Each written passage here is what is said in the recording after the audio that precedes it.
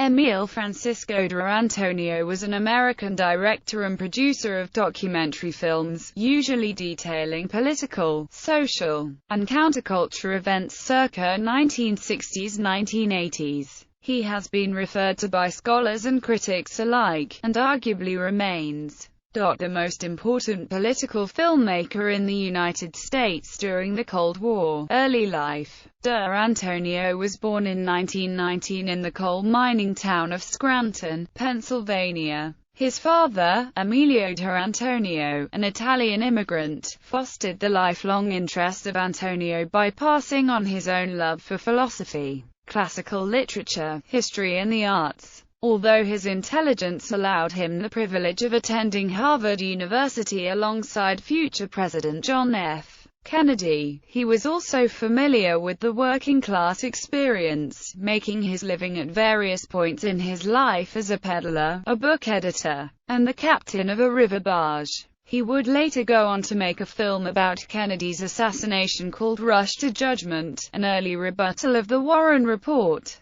Career. After serving in the military during World War II as a bomber pilot, De Antonio returned to the United States where he frequented the art crowd, often associating with such pop artists as Jasper Johns, Robert Rauschenberg, and Andy Warhol, in whose film Drink De Antonio appears. Warhol was famously quoted praising De Antonio with the words, "Everything I learned about painting, I learned from De." In 1959, De Antonio developed G-String Productions in order to distribute the Beat Generation film Pull My Daisy, and it was at this time that De Antonio discovered filmmaking. His first film, Point of Order, was a compilation film covering Joseph McCarthy and the Army McCarthy hearings. In 1968, De Antonio signed the Writers and Editors War Tax Protest Pledge, vowing to refuse tax payments in protest against the Vietnam War. De Antonio chronicled this art scene in his documentary Painter's Painting. He did not actually begin creating films until the age of 43, after making significant contributions to the modern art world through his uncensored promotion of the work of his contemporaries.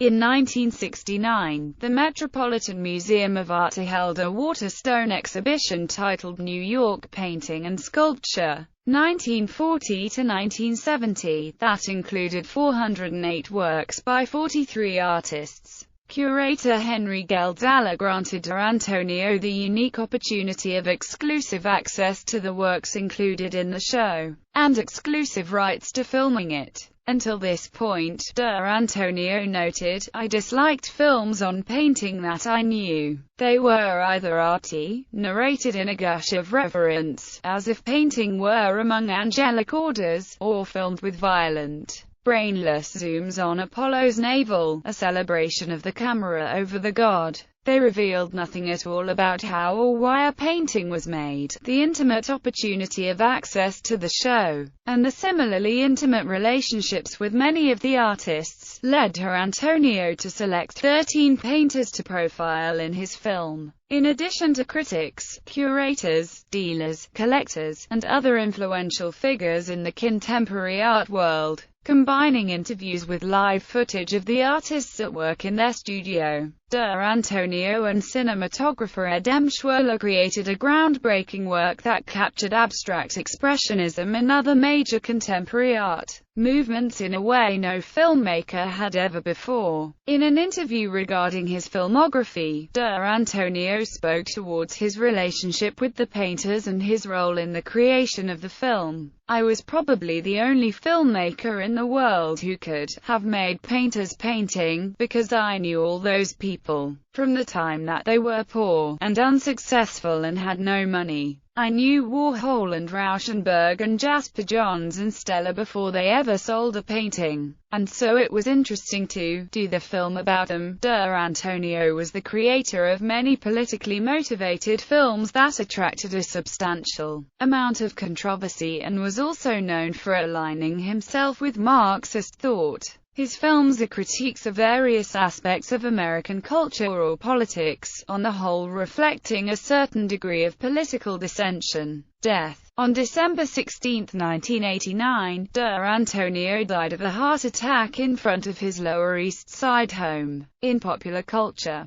the book Necessary Illusions by Noam Chomsky and the documentary Manufacturing Consent, Noam Chomsky and the Media by Marcus Barr and Peter Winternick are dedicated to Emile de Antonio. Filmography. Point of Order. McCarthy. Death of a Witch Hunter. Rush to Judgment. In the Year of the Pig. Charge and Countercharge. 1968. America is Hard to See. Millhouse. A White Comedy. Painter's Painting. Underground. In the King of Prussia. Mr. Hoover and I. Discography. Underground with Mary Lampson, and Haskell Wexler with The Weather Underground on Folkways Records. Millhouse on Folkways Records.